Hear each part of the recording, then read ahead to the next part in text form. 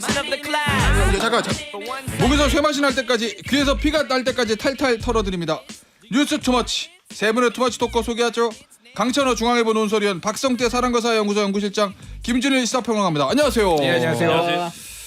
자, 오늘 저 예고해드렸던 대로 이 투머치 토커 세 분하고 뉴스 투머치 1시간, 그리고 본방불가도 있습니다. 오늘은 본방불가 1시간, 2시간 쭉 달려볼 거고요. 첫 번째 본방에서 첫 번째 아이템 요거예요. 대구. 왜 지금 이 타이밍에 여당 지도부는 박근혜 전 대통령을 찾아갔을까라는 거. 어제 이제 제가 신동욱 의원에게, 원내대변인입니다, 질문을 똑같은 질문을 드렸거든요. 신동욱 의원 답변은, 아니 전직 대통령 찾아갈 수 있는 거지. 그러면 뭐 저 야당은 문재인 전 대통령 안 찾아가냐? 뭐 이런 입장이었어요. 그러니까 원래 원론적인 답변이 나왔는데 강찬호 의원 보기에는 왜 이 타이밍에 찾아간 것 같습니까? 가장 큰 거는 지금 국민의힘 지도부가 쌍권 아니겠습니까? 네. 그 쌍권이 어떻게 구성되어 있냐면 친박하고 비박이잖아요. 그러니까 저 비대위원장은 권영세 비대위원장은 친박. 그다음에 권성동 원내대표는 비박인데 옛날엔 비박을 넘어 거의 반박이잖아요. 이분이 바로 뭡니까? 지금 정청래 의원 역할을 하고 있잖아요. 했죠, 예전에. 그때 그걸 했던 거죠. 그러니까 그때는 쉽게 말하면 국회 법사위원장이 대통령 탄핵 소추할 때 일종의 검사 역할을 하는 거죠. 그 본인이 소추단을 국회 측을 대변해서, 그래서 맨날 정청래 지금 의원이 그 탄핵 심판장에 보이잖아요. 바로 그런 역할을 권성동 의원도 그 당시에 법사위원장으로서 한 것이기 때문에 그 박근혜 대통령하고는 그런 점에서 굉장히 현재 서먹서먹할 수밖에 없지 않습니까? 박근혜 대통령. 그래서 그런데 지금 문제는 뭡니까? 지금 여당의 지도부잖아요. 여당의 쌍두마차의 하나의 머리이기 때문에 본인 입장에서 어떻게든 박근혜 대통령하고는 풀어야 되겠다. 굉장히 강력한 의지가 있는 거죠. 그래서 동기가 있는 거죠. 동기가. 그럼 권성동 원내대표가 박근혜 전 대통령과 풀기 위해서 그러니까 아니 여러 가지가 있겠지만 그러니까 예를 들어 지지층 결집도 있을 것이고 뭐 탄핵 정국에서 이제 뭐라 그럴까, 또 이제 영남에서 특히 저 대구 경북 보수 심지장에서 또 보수의 상징인 박근혜 전 대통령을 지금 현 국민의 지도부가 만나서 당연히 이제 보수층 결집하고 어떻게 보면 이게 헌재라든가 뭐 여러 가지 측면에서 이제 좀 세과 시도 해야 되겠고 뭐 이런 거 있겠죠. 근데 그런 걸 넘어서 약간 그 개인적인 측면을 보자면 이게 말한 대로 당지도부 중의 일원으로서, 그래서 제가 한 가지 또 조금만 더 말씀을 드리면, 제가 듣기로는 딱 박근혜 대통령하고 이 국민의힘 방문단이 만나자마자 방에서 딱 만나자마자 바로 권성동 원내대표가 그 얘기를 했다는 거예요. 그 죄송했다는 얘기를. 먼저 얘기를 당해요. 일성으로 그렇게 이제 얘기를 했다는 거고, 일성으로 그 얘기는 했다는 거고. 그래요? 박근혜 대통령이 바로 그거 다 잊었다. 다 잊었고 이제는 다 잘해야 된다, 이런 얘기를 했다고 합니다. 알겠습니다. 우리 김준일 평론가 씩 웃으시는데 뭔가 다른 해석이 있으신 것 같아요. 아니요, 뭐 큰 틀에서는 저도 동의를 하는데 이거를 너무 막 복잡하게 해석할 필요는 저는 없을 것 같아요. 요즘 보수 진영에서 많이 나오는 얘기가 하나가 있어요. 쌍권위에 쌍전 있다. 권영세 권성동 위에 정광훈 전한길이 있다. 뭐 이런 거라서 지금 보수의 어떤 주도권이 지금 장외로 나가면서 국힘 지도부의 존재감이라는 게 점점 좀 희미해진다, 이런 얘기들이 있거든요. 근데 정광훈 쌍전이 할 수 없는 게 있어요. 박근혜 대통령 예방하는 거 이런 건 쌍전이 못해요. 그런 거는 안 받아줄 거 아니에요. 그러니까 존재감을 굉장히 드러냈다. 물론 이제 탄핵 반대의 어떤 지지층 결집 뭐 그런 것도 당연히 있겠지만은 결국은 이렇게 만나면 이게 누구한테 도움이 되나요? 쌍권한테 도움이 되는 거예요. 그러니까 저는 이게 이후에 대선 이후에 탄핵 대선 이후에 당권 행보구나. 그래요? 저는 그렇게 봤어요. 그러니까 둘 중에 누구? 쌍권도 있고 당권이면 둘 중에 한 사람이잖아요.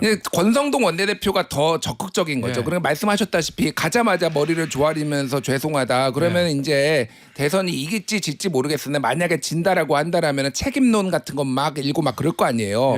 그랬을 때 이제 당을 본인이 좀 그런 책임론들 비껴나가면서 당을 수습하기 위해서 결국은 대중의 지지가 많이 필요하거든요. 이런 것들을 지금 빌드업을 하고 있다. 저는 이렇게 봐. 그래서 이거는 진짜 사욕이다. 제가 보기에는 완전한 사욕이다. 저는 그렇게 봅니다. 아니 민주당 얘기는 그 얘기잖아요. 비판한 포인트가 김성애 원내대변인 얘기 들어보니까 야 니네 뭐 조기 대선 없다고 그러면서 뭐 이거 조기 대선 때문에 지지층 결집하러 전직통 예방하는 거 아니냐? 앞뒤가 안 맞잖아. 뭐 이런 비판인데 그러면은 우리 김순일 평론가의 저 분석에 따르면은 조기 대선이고 보고 상관없이 그 이후에 있는 전당대회 노린다는 거잖아요 지금. 저는 조기 대선도 염두에 둔 거라고 봐요. 네, 조기 대선도 염두에 둔 건데 네. 사실 지도부에 권성동 아하. 원내대표 그리고 중진으로 꼽히는 김기현, 나경원, 예를 들어 윤상현 의원들의 야. 요즘 행동은 대선 이후에 당권에 눈이 가 있다라고 봐요. 대선은 져도 된다 이거라는 거. 이기면 좋고 아니 뭐 아니 질 대선 가능성이 이겨도 일단은 전당대회 해야 되는구나. 그렇죠. 일단은 뭐 질 가능성이 크다고 내부에서 보겠죠. 어느 정도 현실적으로 본다면 예. 먼저 말씀드리면 일단 가는 게 저는 김준일 평론가 말대로 보는 것도 있겠지만 그러니까 당권을 노린 그래서 MB 이후에 차례로 형식적으로는 박근혜 전 대통령을 방문하고 예. 그런 것도 있겠지만 예. 본인들이 딱 원하는 메시지가 나왔잖아요. 뭐야? 대립각, 돌이켜보면? 사사건건 예. 대립각을 세우는 것은 맞지 않다. 예. 이건 대표적으로 한동훈 전 대표를 겨냥한 메시지거든요. 예. 그러면은 예를 들어서 지금 지도부는 예를 들어 권성동 원내대표가 주도하고 있는 지도부는 한동훈 전 대표를 좋아할까? 예. 책도 내고 인터뷰하면서 본격적인 활동을 시작했잖아요. 어. 좋아할까? 싫어하죠. 어. 왜 싫어하겠습니까? 일단 과거부터 사이가 안 좋았고 예. 친윤 대 친한으로 탄핵 국면에서도 탄핵 찬성과 탄핵 반대로 사이가 안 좋았고 예. 만약에 지금 이제 김문수 장관도 있지만 예를 들어서 오세훈 대 한동훈 정도의 구도가 형성이 된다. 만약에 대선 주자가 한동훈이 된다면 예. 지도부는 피곤하죠. 반대했는데 자기들이 당권 지고 예. 당을 주도하려고 했는데 이 계획이 어긋나게 돼요. 아하. 그래서 차라리 오세훈 시장이든 누가 되든 간에 다른 쪽이 후보가 돼야 현재 지도부가 앞서 말했던 제가 예. 중진들 뭐 예. 김기현, 나경원, 윤상현 등 이런 분들이 당권을 노리고 당을 주도하게 됩니다. 그럼 이들이 왜 당을 주도하냐? 주도하려고 싶어하냐? 예. 공천? 지금 오랫동안 있어 왔던 예. 예를 들어 친이 친박부터 당의 구심점이 지금 없어요. 어. 윤석열 대통령이 탄핵이 기정사실화되면서 물론 이전에도 없어서 윤석열이라는 외부 용병을 데려다 썼잖아요. 예. 친윤으로 강력하게 뭉쳤는데 지금 무너졌잖아요. 예. 주인이 없습니다. 국민의힘이라는 어떻게 보면 옛날 민정당부터 쭉쭉 예, 예, 예. 민자당 쭉쭉쭉 이어온 정당에 구심점이 없어요. 예. 중진들은 이제 그 구심점 역할을 본인들이 하고 싶어하는 겁니다. 알겠습니다. 자, 한, 근데 한 가지 재미있는 풍경을 조금 말씀드리면 뭐 다 두 분 분석이 다 맞. 왜냐면 어차피 당권 노리는 거는 정치인의 어떤 예. 자연 현상이기 때문에 그러면은 풀린 얘기고. 어쨌든 네. 공통된 얘기는 친윤 중진 의원들을 지도부를 비롯한 친윤 중진 의원들은 뭐 조기 대선 이기면 좋고 그거 없더라도 그 이후에 당권을 아니, 보겠다는 원래 거잖아. 의원들은요 가장 큰 장기적인 거, 안목이야, 가장 뭐야, 큰 이게. 관심은 예. 대권은 두 번째고 예. 첫 번은 본인의 공천이에요. 공천. 뭐, 예, 그렇죠. 공천이기 때문에 공천은 바로 당권과 직결되기 때문에 여당의 원외를 하느니 야당의 원내가 그렇죠. 낫다. 그런 뭐 거 다 그런 거죠. 그러니까는 어쨌든 간에 공천은 예. 고로 당권. 예, 내가 알겠습니다. 당권을 갖든지 아니면 나랑 친한 사람이 당권을 먹든지 뭐 이거고요. 그냥 한 가지 저는 그냥 풍경을 소개해드리면 그날 그 박근혜 대통령의 이 국민의힘 방문단이 갔는데 바깥에서 엄청나게 욕설과 고함이 막 계속 들려오고. 잠깐 그다음에 바깥이라고 말하면 그 지지자- 집 바깥, 집 바깥. 예. 그렇죠. 그러니까 박근혜 대통령 지지자들이죠. 예. 그 박근혜 대통령 지지자들이 계속 이제 고성과 어떤 그 이제 막 어떤 구호를 외쳤는데. 누굴? 그게 뭐냐면은 신동욱 그때 의원이 대변인격으로 나와서 예. 그 만남의 결과를 기자들한테 그 야구에서 브리핑을 했어요. 맞아요. 근데 브리핑을 하는데 너무 소리가 시끄러워가지고 예. 막 여러 가지 최대한 장치를 써가지고 예, 예, 소음을 예. 줄이는 등 이제 신동욱 의원이 이제 말하면서 좀 예. 표정도 곤혹스럽고 예. 그 보니까는 쉽게 말하면은 이제 그때 저 탄핵 찬성하고 박근혜 대통령 몰아냈던 놈들 와서 뭔 지금 무슨 낯짝으로 왔냐 뭐 이제 이런 그 이제 막 그거죠. 이제 그런 구호와 막 이제 그 어떤 항의가 이어지는 이제 그런 모습이 있었습니다. 그러니까 그런 걸 볼 때에는 아까 말한 그 권성동 의원 같은 분들은 예. 어떻게든 박 대통령과 화해를 하고 아까 그분들이 이제 보수층 찐 보수층인데 진정시켜야 되겠다 그런 동기는 있었다 말씀드리죠. 자 메시지를 해석해 보겠습니다. 첫 질문 이 부분에 대한 첫 질문은 사람과 사회를 연구하는 저 예. 박성태 실장이 해야 돼요. 신동욱 수석 대변인이 나온 전원으로 전한 메시지 박근혜 전 대통령의 얘기입니다. 돌이켜보면 개인의 소신이 항상 있을 수 있지만 집권당 대표가 소신이 지나쳐서 사사건건 대립각을 세우는 것은 바람직하지 않다. 여기서 집권당 대표 밑줄 긋고 화자가 말하는 집권당 대표는 누구일까요? 1. 김무성 2. 이준석 3. 한동훈 4. 1, 2, 3 다 5, 1, 2 뭐 이렇게 뽑을 수 있잖아요. 이걸 내가 물어봤어요. 어제 신동욱 대변인한테 친윤이죠. 친윤 지도부죠. 신동욱 대변인 말은 돌이켜보면이라고 얘기를 한 걸로 봐서 지금 현재 한동훈 대표일지 아니면 예전까지 해서 김무성 대표 때부터인지 그건 나는 모르겠다. 해석은 여러분들이 해라. 요 얘기인 거고 오늘 친한 게 정성국 의원은 방금 전에 뭐라고 그러고 갔냐면 박근혜 전 대통령이 어쨌든 당이 나라가 잘 되길 바라는 분인데 지금 만약에 조기 대선이 열리면 소중한 자산 중에 한 사람이 한동훈 전 대표를 일부러 디스하기 위해서 이 타이밍에 한동훈 전 대표를 꼭 집어서 말했을 리는 없다. 뭐 이렇게 얘기하거든요. 박성재 실장 해석은 뭡니까? 대통령의 탄핵, 계엄 뭐 이런 부분들을 쭉 해서 그 전에 사실 한동훈 대표와 대통령의 충돌들이 여러 번 있었잖아요. 윤석열 대통령과. 예, 아마 지금 상황에 이르게 된 것에 대해서 그런 부분들을 좀 언급이 됐든 또는 분위기를 하는 그런 대화가 오가는 중에 본인의 김무성 대표의 충돌을 소환해서 얘기한 것 같아요. 나도 겪어봤는데 집권당 대표가 사사건건. 그러니까 전 주제는 지금의 사실 핵심은 지금에 있는 거고 근데 본인의 과거 경험을 비춰서 얘기했다라고 보는 게 전 타당하다고 봅니다. 오, 야, 그러면 그럴듯한 해석이에요. 예. 아니 뭐 다 두루두루 좀 해석의 여지를 남긴 거죠. 근데 저는 요 말을 좀 제 버전으로 바꿔서 좀 한번 해볼게요. 돌이켜 보면 대통령이 개인의 통치 철학이 있지만은 집권당 대표와 사사건건 대립각을 세우면 탄핵된다. 그러네요. 전혀 반대로 해석했어요. 그러니까 이게 사실은 박근혜 대통령이 저는 성찰이 부족하다라고 생각을 하는 게 본인이 이런 상황이 된 것이 집권당 대표가 자기를 들이받아서 지금 이렇게 됐다라고 했잖아요. 권력을 다 독점하려고 했었던 박근혜가 처음에 초기와 중기 이후로 조금 완전히 달라지거든요. 그러니까 본인의 말을 안 들으면 예를 들면 레이저 쏘고 눈으로 레이저 쏜다든지 뭐 배신의 정치라든지 막 이렇게 하면서 본인의 지지층과 뭐 이렇게 지지 연합을 다 해체하는 방식으로 갔는데 윤석열 대통령이 똑같잖아요. 지금 유승민 쳐내고 이준석 쳐내고 안철수 쳐내고 뭐 김기현 대표도 결국 쳐내고 한동훈까지 쳐내다가 지금 탄핵당했잖아요. 마찬가지 길이에요. 제가 보기에는 이건 성찰이 부족하다.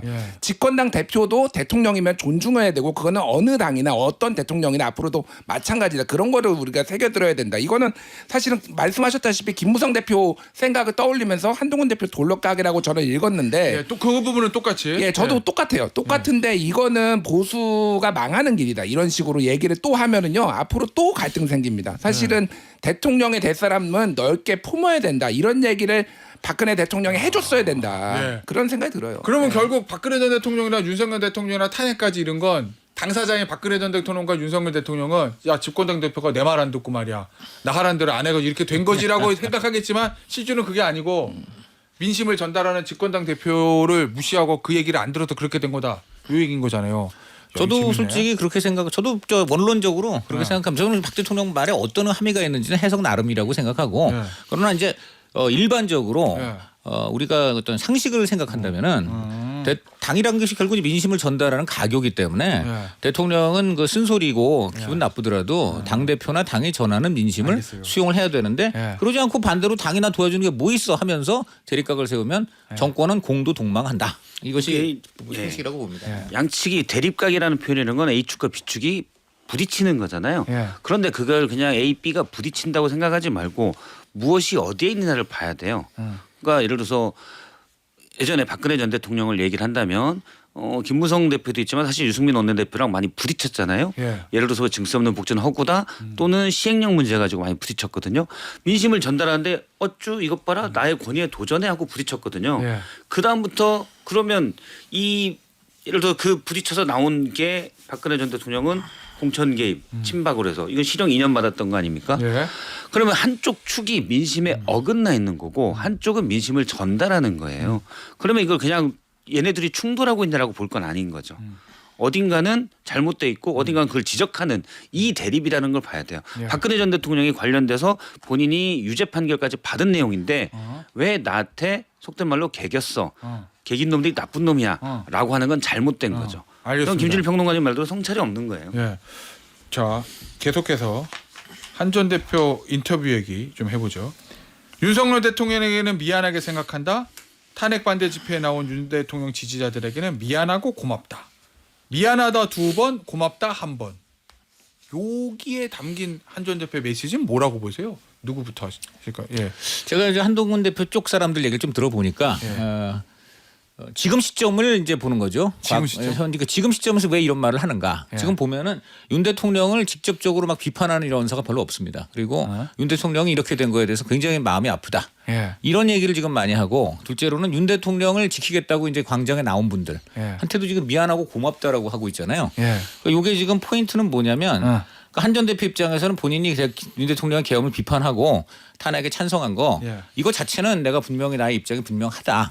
그런데 지금 이 시점에서 이제 사실상 그 헌재 선고가 임박한 이 시점에서는 헌재 선고가 난 이후에 그 결과를 가지고서 또 이제 뭐 네가 잘했네 내가 뭐 너 네가 책임자네 이렇게 왈가왈부할 게 아니고 예. 그때는 분명하다. 단 하나다.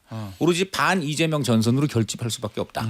그런 관점에서 지금부터 이제 시시비비 따지는 거는 중단하고 어차피 윤 대통령은 법의 심판을 받게 돼 있으니까 거기에 맡기고 지금부터는 이른바 윤 대통령 지키겠다 광장 나온 분들도 예. 결국은 뭐냐면 이제 그 탄핵 선고가 난 이후에는 결국은 이분들은 반 이재명에다 결집할 분들이기 때문에 예. 그런 점에서 고맙다는 거예요. 알겠습니다. 그런 점에서 그런 것이고 또 그 이분들 마음대로 아프게 했다는 것이기 때문에 지금 이 모든 지금 한동훈 대표 코멘트는 전 대표 코멘트는 한마디로 탄핵 선고 이후 그 이후 탄핵 심판 선고 이후 그 이제 대선 거에 맞춰져 있다 이렇게 보겠습니다. 저 친윤계 의원들은 요거에 대해서 전략적으로 몸을 낮추는 거다. 뭐 이렇게 평가한다고 보도가 됐고 앞서 이제 친한계인 정성국 의원은 아니 뭐 전략적으로 생각해가지고 뭐 그렇게 막 의도적으로 그런 게 아니라 원래부터 내가 지켜보니까 이런 마음을 가지고 있었다. 대통령에 대한 미안한 마음, 뭐 지지자들에 대한 그런 마음 그렇게 표현했거든요. 근데 의도는 어쨌든지 간에 효과는 있을 것 같아요. 그러니까 정치인이 전략이 없으면 특히 대선 후보가 전략이 없으면 안 되죠. 그게 심각한 거예요. 전략적으로 했다라는 것 자체가 전략이 있네라고 이제 평가를 한 거잖아요. 저는 뭐 이게 전략이네 아니네가 중요한 게 아니라 사람들한테 어떻게 받아들여지느냐가 중요한 거고. 그 효과 제가 효과는 크지는 않을 것 같아요, 사실. 이게 그러니까 저는 이거 어제 나온 걸 보면서 애처롭다 한동훈 약간 이런 느낌이었어요. 애처로워요? 왜요? 아니 그러니까 본인이 어쨌든 윤석열 대통령하고 각을 세우고 이제 탄핵 소추안도 통과시키는데 주도하고 그랬지만은 지금 광장에서는 굉장히 이제 뜨겁고 탄핵 반대가 뜨겁고 본인에 대한 어떤 거부감도 많이 있고 그러니까 이게 메시지가 어저께 또 뭐가 있었냐면은요. 애국자 얘기도 했어요. 그러니까 지금 애국심은 제가 가진 마음하고도 정확하게 일치한다라고 하면서 이렇게 고맙다 미안하다 얘기를 했는데 마지막에 헌재가 헌법 정신에 맞는 결정을 내려주길 기대한다 이런 얘기를 했거든요. 그냥 상식적으로 헌법 정신에 맞는 정신은요 파면입니다. 윤석열 탄핵 인용이죠. 왜냐하면은 그 헌법을 고쳐야 돼요. 만약에 이게 만약에 기각이 되려면은 경보성 계엄도 된다라는 헌법에 그런 조항이 있지 않는 이상 이건 안 되니까 참 이러지도 못하고 저러지도 못하는 한동훈 전 대표의 어떤 스탠스가 참 좀 힘들구나. 저는 그런 걸 많이 느꼈어요. 저는 뭐 고도의 전략적 메시지라고 봐요. 사실 정치인이 전략이 있어야 되죠. 한동훈 대표 지금까지 전략이 없었던 게 좀 문제기도 했고. 그런데 예를 들어서 두 갈래로 나눠보면 대통령에 대해서 미안하다. 저는 인지상정상 그럴 수 있다고 봐요. 그러니까 사적으로는 공적으로는 당연히 탄핵에 찬성해야 되고 계엄을 반대했고 이건 맞죠. 그런데 사적으로는 미안함을 가질 수 있죠. 저는 지난해 초부터 계속 얘기한 게 윤과 한의 충돌일 때 두 사람은 실존적 혐오 단계다. 결코 가까워질 수가 없다라고 얘기했어요. 자 그때는 그게 저는 맞다고 보는데 지금은 그 중에 한 축이 이제 계속 교도소에서 살 가능성이 아주 높잖아요. 그러면 이때 미안해지는 거죠. 충돌했던 한 축에서. 그러면 저는 인지상정상 이건 당연한 감정이라고 보고 충분히 이렇게 얘기할 수 있고 제가 눈여겨본 거는 광장에 나온 이미 이제 거리의 구구 목소리들에 대한 한동훈 대표의 얘기예요. 미안하고 고맙다 그 마음을 받아서 반 이재명 전선으로 가야 된다. 모아서 그렇게 얘기를 했잖아요. 사실은 지금 광장에 나온 보수 국민의힘 지지층이 많지만 여기서는 헌법재판소를 처부수자라는 말까지 나오고 그다음에 뭐 헌재 흔들기 뭐 법원 흔들기 우리가 헌법의 상식적인 법 테두리 안에서 생각할 수 없는 메시지들이 많거든요. 여기에 대해서 한 대표가 어떤 메시지를 낼까. 우리 다 알고 있지만 한 대표의 기본 스타일과는 너무 다른 목소리잖아요.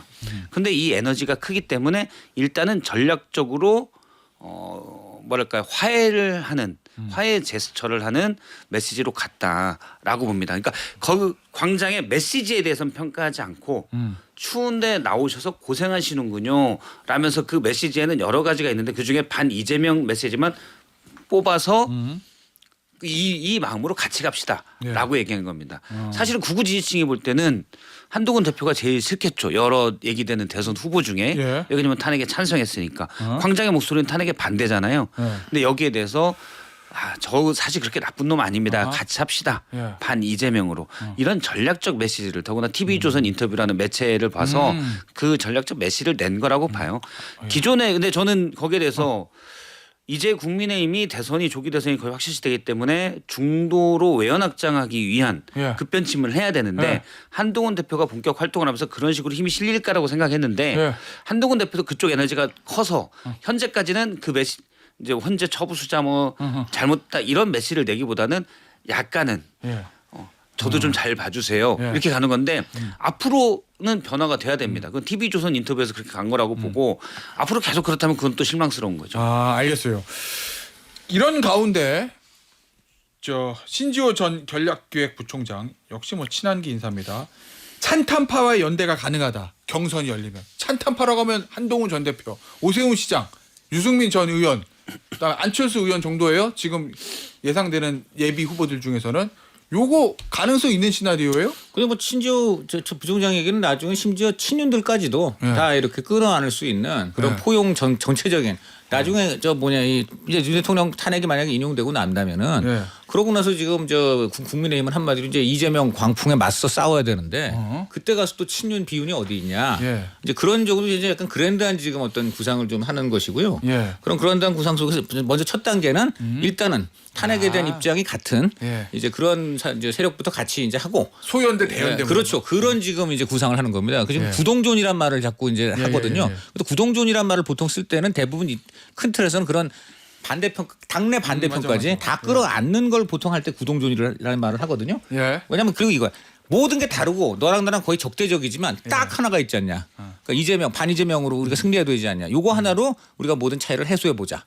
이제 이런 지금 그걸 하고 있는데 여기서부터는 저는 한동훈 전 대표가 이제 굉장히 정치력을 발휘해야 된다고 봅니다. 왜냐하면 뭐 좀 전에 두 분 다 말씀하셨기 때문에 굉장히 힘든 상황이 틀림없고 예. 그래서 이제 저 뭐죠 그 한동훈 대표 전 대표가 그 지금 구동 조니까지 가려면은 예. 제가 볼 때는 뭐 그런 그 전 단계 뭐 그런 단계론도 중요하지만 예. 그 한동훈 대표 본인이 예. 우선 저는 그 일단 어법부터 조금 뭐라 그럴까 이제 워낙 똑부러지게 얘기를 하는데 그게 이제는 조금 이제 국민들한테 뭐라 그럴까 조금 뭐 포용적인 측면에서는 조금 이제 좀 다시 좀 재고를 할 필요가 있지 않나 좀 그런 생각이 좀 들어요. 네. 알겠습니다. 야, 그러면 이제 뭐 저 조기 대선 열려서 경선 벌리면 뭐 왜냐면 그 경선이 여러 명 나오면 뭐 1차 컷오프 있고 뭐 마지막에 그렇습니다. 이제 뭐 네. 4명으로 하고 막 이러잖아요. 그 전에 여러 가지 합종 연행이 좀 있을 수도 있고 컷오프 했을 때 마지막 최후 4명의 이제 찬탄파 반탄파가 몇 명씩 들어가느냐는 것도 그것도 좀 맞습니다. 관건이 될 것 같습니다. 광고 듣고요. 3부에서 다른 이야기들 좀 나눠보도록 하겠습니다. 광고 듣고 올게요. 개헌 얘기 좀 해볼게요. 개헌. 모든 잠룡들이 이재명 대표를 제외하고 개헌을 해요. 일단 한동훈 전 대표도 복귀 메시지. 그러니까 TV조선과의 저 첫 번째 인터뷰 여기 이제 TV이고 언론 첫 번째 인터뷰는 중앙일보거든요. 지면에서 3년 임기 단축 개헌. 정치인은 희생을 해야 된다. 그런데 낡은 정치는 안 한다. 나는 한다. 새 시대를 열라고 대부분의 정치인들이 그러는데 나는 새 시대를 여는 것보다 구시대를 닫겠다. 뭐 이 얘기거든요. 예.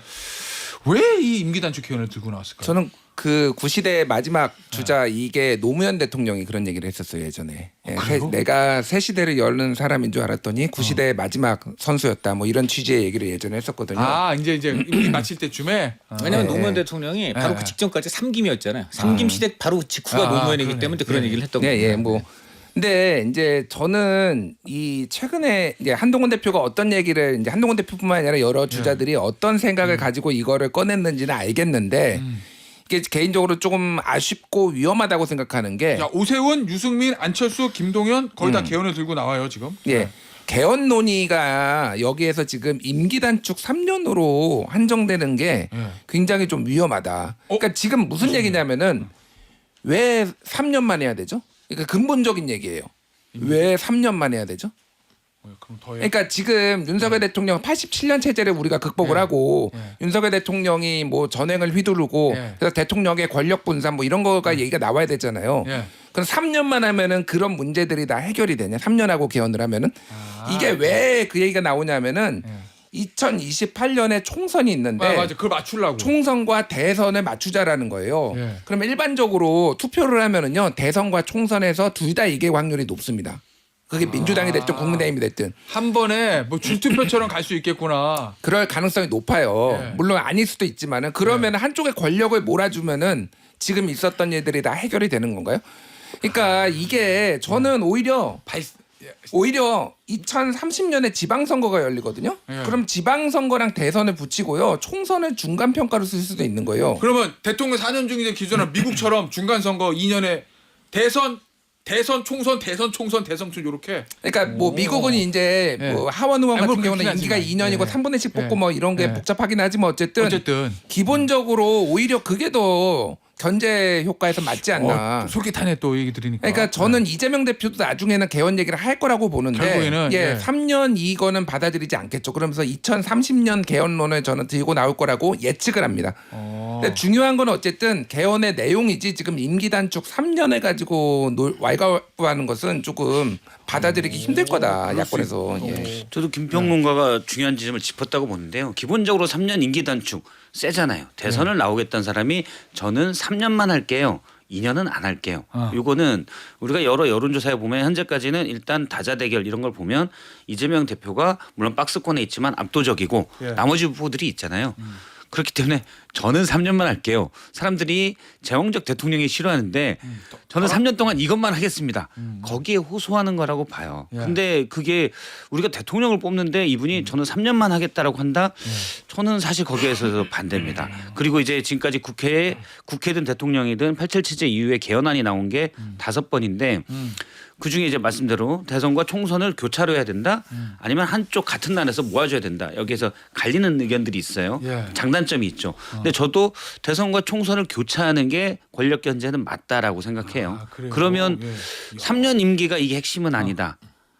그리고 또 하나는 그러면 다들 3년 임기라면서 중임제를 얘기하거든요. 그럼 중임제가 과연 그러면 대통령의 권력을 견제하는 제도인가 4년 중임제가 저는 거기에 대해서도 반대되는 잘못하면 입장입니다. 제왕이 8년 할 수도 있다. 그렇죠.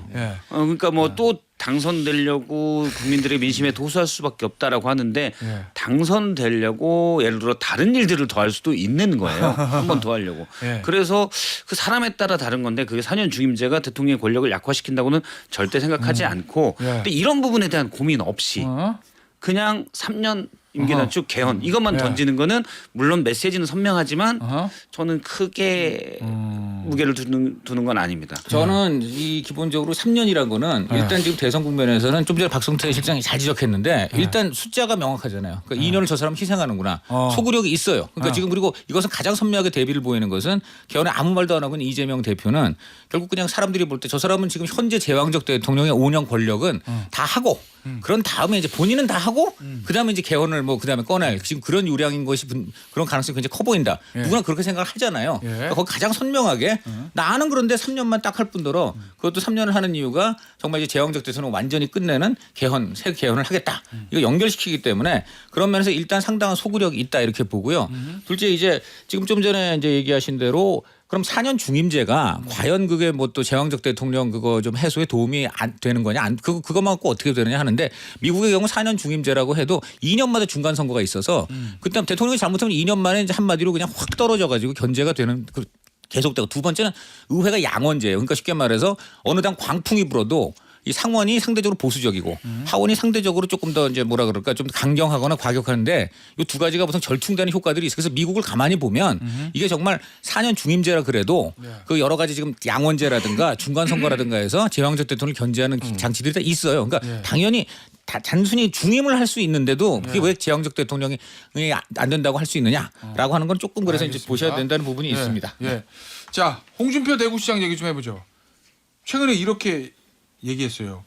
이 탄핵 반대 집회 세력인 여의도파와 광화문파가 있잖아요. 아, 복잡합니다. 뭐 등장인물 주요 인물도 다르고 뭐 교회도 다르고 뭐 성향도 약간 조금 차이 있다고 합니다. 예.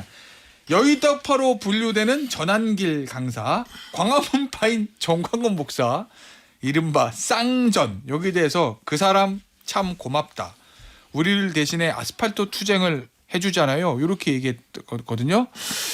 요거를 솔직하다면 솔직한 저 평가라고 봐야 되나 아니면은 정무적으로는 홍준표 시장에게 뭔가 좀 플러스가 되는 건가요? 아니면 좀 마이너스가 되는 건가요? 왜냐하면 이 쌍전이라는 아스팔트 세력들에 대해서 국민의힘 지도부도 일단은 거리를 두잖아요. 예? 대놓고 뭐 평가하기가 참 애매하고 힘든 세력들이잖아요. 근데 거기에 대해서 고맙다 이렇게 얘기하거든요. 대선 예비 후보인데? 그 홍준표 시장 입장에서는 표가 된다라고 판단을 했기 때문에 그렇게 했겠죠. 차라리 예. 확 안고 가는 게. 예, 뭐 그러니까 당 본인이 이제 지도부에 있는 것도 아니니까 지도부가 또 이런 얘기했으면 또 난리가 났겠죠. 예. 근데 홍 시장은 사실은 우리가 홍 시장에 대해서 관용도가 좀 높은 편이에요. 워낙 이런저런 얘기를 많이 하시기 때문에 그래요? 예. 또 뭐 그러려니 했겠다. 근데 죄송합니다. 예. 예전에 굉장히 정광훈 목사랑은 특히 각을 많이 세웠거든요. 쌍전 중에 정광훈 목사랑은 그랬던 것 같아요. 예. 그러니까 뭐 유튜브 채널에서 홍 시장이 이제 비판을 하니까 정광훈 목사가 홍준표 탄핵해야 된다 대구 시민들이 막 그랬어요? 이러면서 막 서로 막 설전도 벌이고 그랬거든요.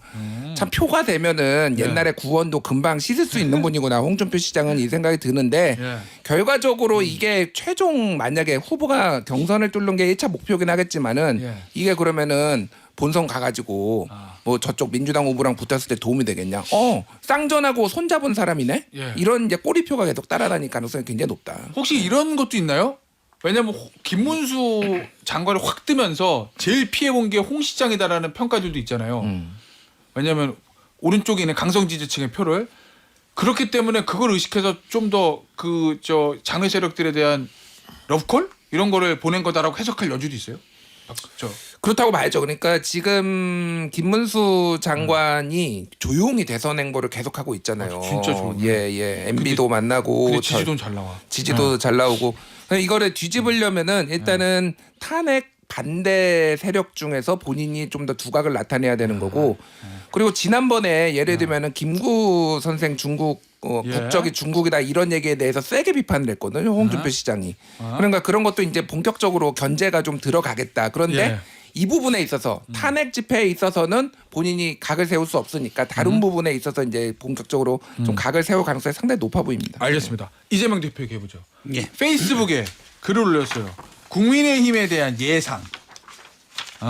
일단은 국민의힘을 보수 참칭 정당, 극우 파시즘 정당 이렇게 칭하고 불난 호떡집처럼 윤석열 배신을 두고 경론을 시작해서 마침내 85일 안에 배신이 대세가 되어 윤석열 절연 지도부 교체에 나설 것이다.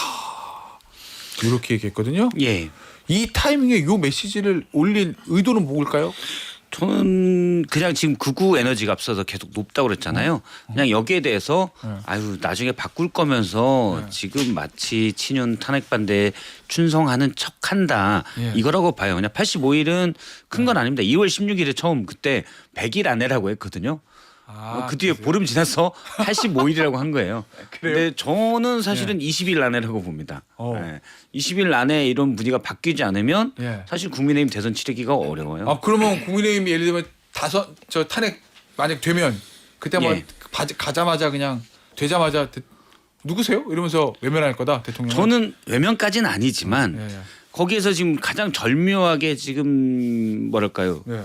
분위기를 살짝 하고 있는 한동훈 대표의 그 메시지 고맙고 미안하다 추운데 자신의 의지로 그러면서 메시지에 대해서는 여러 층위가 있겠지만이라는 표현으로 그냥 퉁치고 왔거든요. 그러니까 여기에서 헌법재판소를 처부수자, 대통령을 지키자, 이재명이 싫어요 여러 메시지를 충이라고 표현하고 그 중에 나는 요것만 가져가겠다. 야. 이 반 이재명 연대 그러면서 껴안은 겁니다. 그러니까 완전한 급변침을 아주 선명하게 선을 긋고 못하겠지만 저는 분명히 20일 정도 안에는 거리의 목소리를 자연스럽게 껴안지도 하지만 휘둘리지 않는 지금은 휘둘리고 있는데 그러면서 대선 준비를 할 거라고 봐요. 그러면 이재명 대표 그거를 예를 들어서 윤석열 대통령 배신이다 뭐 이렇게 평가하면서 썼던 거는 뭔가 일종의 재뿌리기 같은 거예요? 그렇죠. 제가 자 국민의힘이 이제 중도화 전략하면 그걸 이제 배신이라고 주장을 지금 재뿌리는 거? 너희들 다 뻥이잖아. 요 얘기예요. 간단히 얘기하면. 제가 또 과거 이재명 대표가 그 이제 그 문재인 정권 시절에 그때는 문재인 정부한테서도 이재명 당신은 경기지사죠.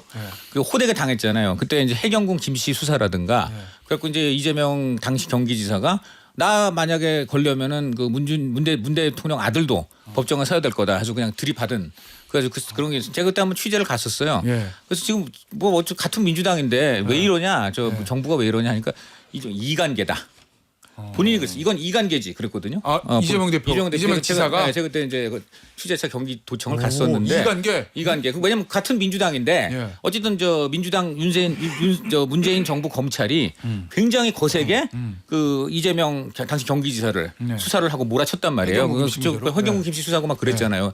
그러다 보니까 이제 이재명 경기지사가 당시에 좋은데 그러면 나 수사하고 법정 세우려면은 결국 우리 대통령 아드님도 좀 법정 나는 그러고 바라지 않지만 뭐 그런 상황이 올 수도 있다 이래가지고 완전히 그야말로 대립 갔는데 그때 제가 취재를 하니까 그 이재명 대표 쪽에 이재명 경기지사가 이관계다 한마디로 이게 누구랑 그러니까 이제 한마디로 이제 그 친문 일파가 나와 민주당 사이를 이관을 하고 뭐 이제 이런 거죠. 이제 그런 친문 세력이 민주당과 이제 이재명을 이제 이건 완전 민주당 축출해야 된다. 뭐 이런 거겠죠. 그렇게 이제 이관계라고 했는데 저는 그러니까 이재명 대표가 그런 전략 정치인으로서 전략 중에 이관계라는 걸 이제 머릿속에 있는 거라고 봐요. 그러니까 이건 전형적인 이관계라고 저는 그래서 볼 수 있는데 누가 하나랑 누구를 한마디로 이제 그 윤석열 대통령이 만약에 탄핵이 된다 그러면 어떻게 되겠습니까? 이제 친윤 세력이나 특히 이제 강성 지지층은 막 헌재 결정에 불복을 해야 된다. 뭐 국민의힘은 다 나가서 완전히 그냥 목쇠를 각오하고 싸워 뭐 이런 사람들도 있을 것이고. 근데 국민의힘 지도부가 그럴 수 있습니까?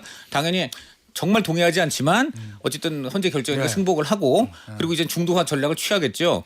그럼 이게 당연히 이제 강성 지지층은 배신이다 해서 난리가 날 거 아닙니까? 그럼 뭐 이관이 되는 거죠 둘이. 그렇게 이관이 되니까 아주 극단적으로 이제 분당 사태도 아주 극단적으로 간다면 아마 8년 전 학습 효과가 있으니까 안 갈 가능성이 높지만 어쨌든 그렇게 양측의 갈등 이제 우리 인정하고 이제 중도로 가자 하는 쪽과 무슨 소리냐 억울하게 당한 대통령 지키면서 투쟁해야 된다라는 것과 여길 그 갈등을 극대화할 수 있는 게 배신. 그걸 이제 이재명 대표가 뿌린 겁니다. 그런 점에서 이제는 그 이재명 대표의 전략이 지금 이제 그러니까 이걸 대선 전략으로만 보면 민주당은 지금 가장 손쉽게 대선에서 이기는 방법은 여권이 분열하는 거예요. 뭐 그렇죠. 8년 전에 분열했잖아요. 그래서 바른정당으로 쪼개져 나가니까 문재인 후보가 손쉽게 이겼잖아요. 그러니까 이번에도 뭐 그렇게까지 가면 제일 좋을 것이고 안 그렇더라도 사실은 내전 상태, 여당이 내전 상태가 되면 결집이 안 되니까 요거는 마치 민주당이 2007년에 친노 세력과 정동영 세력으로 갈려가지고 그때 결국 500만 표라는 역대 사상 최악의 참패를 해가지고 이명박 대통령을 당선이 됐지 않습니까? 그런 악몽들이 다 서로가 있기 때문에 하여간 그 여권이건 야권이건 분열이 적의 분열이 나의 승리의 최고의 비결이다. 이런 관점에서. 그렇지. 요거 이제 짧게 첨언을 하면은 이관계 저도 동의하면서 이게 이재명 대표 입장에서는 양수겸장이에요. 양수겸장? 예, 왜냐하면은 이재명 대표가 이렇게 얘기했잖아요. 뭐 배신이 대세가 돼요. 윤석열 배신, 지도부 교체에 나설 것이다. 이러면은 사실은 제일 국힘에서 제일 싫어하는 게 지지자들 제일 싫어하는 게 이재명이잖아요.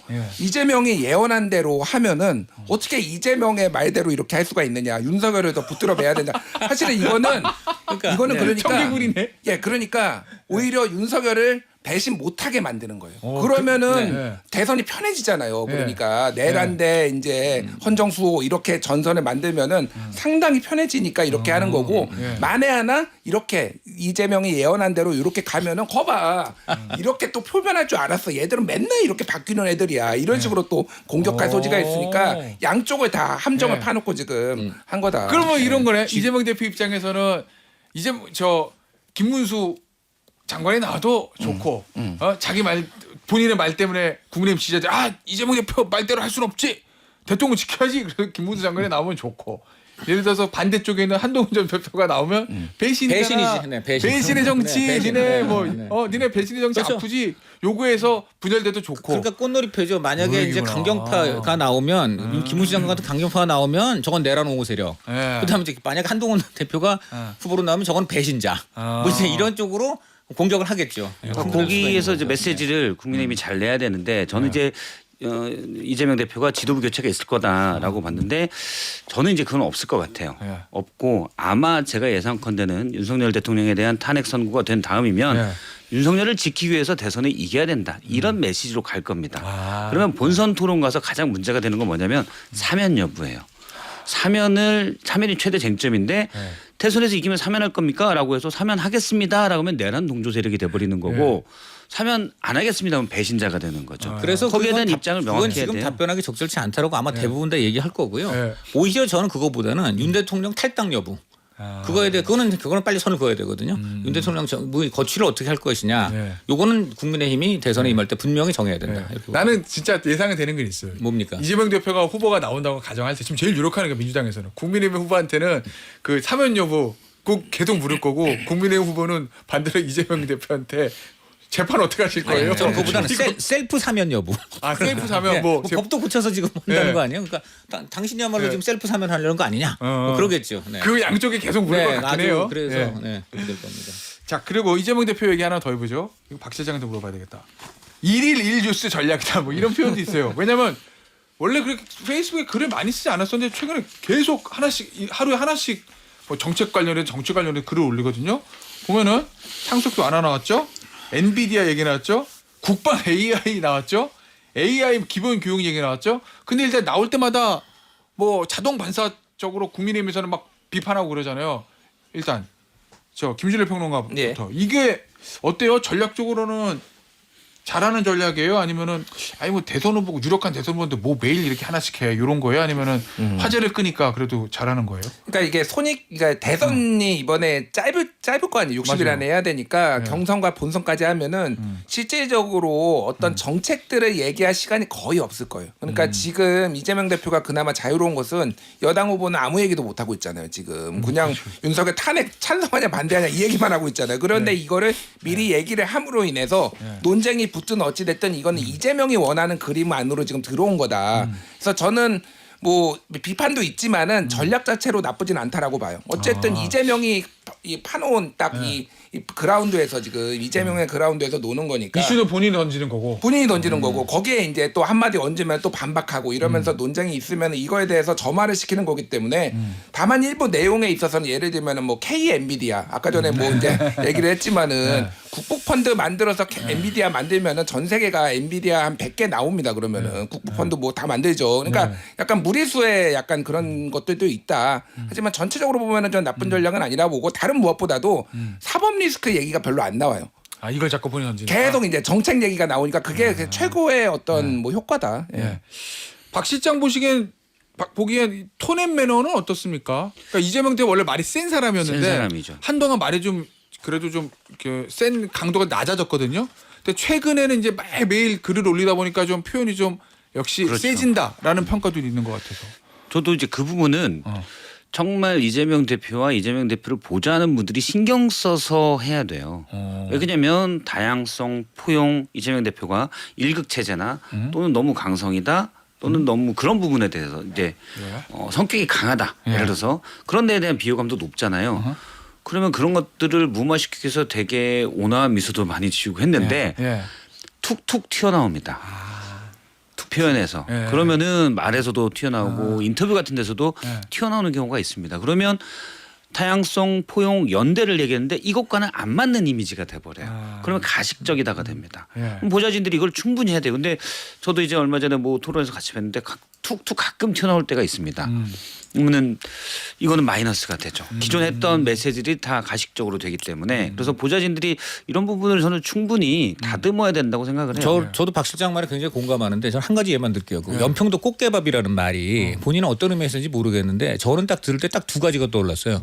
연평도에서 포격을 당해서 우리 숨진 국군 장병과 그 연평 주민 그리고 또 한 분은 바로 또 그 근처 서해에서 북한군에 사살되고 불태워진 공무원 그런 분들이 생각이 나더라고요. 그리고 그 두 사건에 대해서 과거 민주당이 어떤 태도를 취했는가 그거 뭐 애써 모른 척하고 북한을 감싸고 그런 부분까지도 연계가 떠올라 가지고 왜 예를 들어도 이런 식으로 들까 하는 생각이 좀 들었습니다. 네. 그게 이제 연평도에 노상원 수첩에 연평도로 태우고 가다가 이제 폭파시킨다 뭐 이런 얘기가 있어서 그렇게 한 것으로 보입니다. 네. 알겠습니다. 자 오늘 뉴스 투마치 여기서 마무리하고요. 세 분의 정치평론가 겸 래퍼, 정치평론가계 래퍼 3인방 그냥 보내드릴 수가 없기 때문에 오늘도 본방 불가가 있습니다. 한 10분 쉬었다가 9시 5분에 스튜디오 옮겨서 이분들과는 본방 불가에서 다시 만나도록 하겠습니다. 감사합니다. 고맙습니다. 고맙습니다.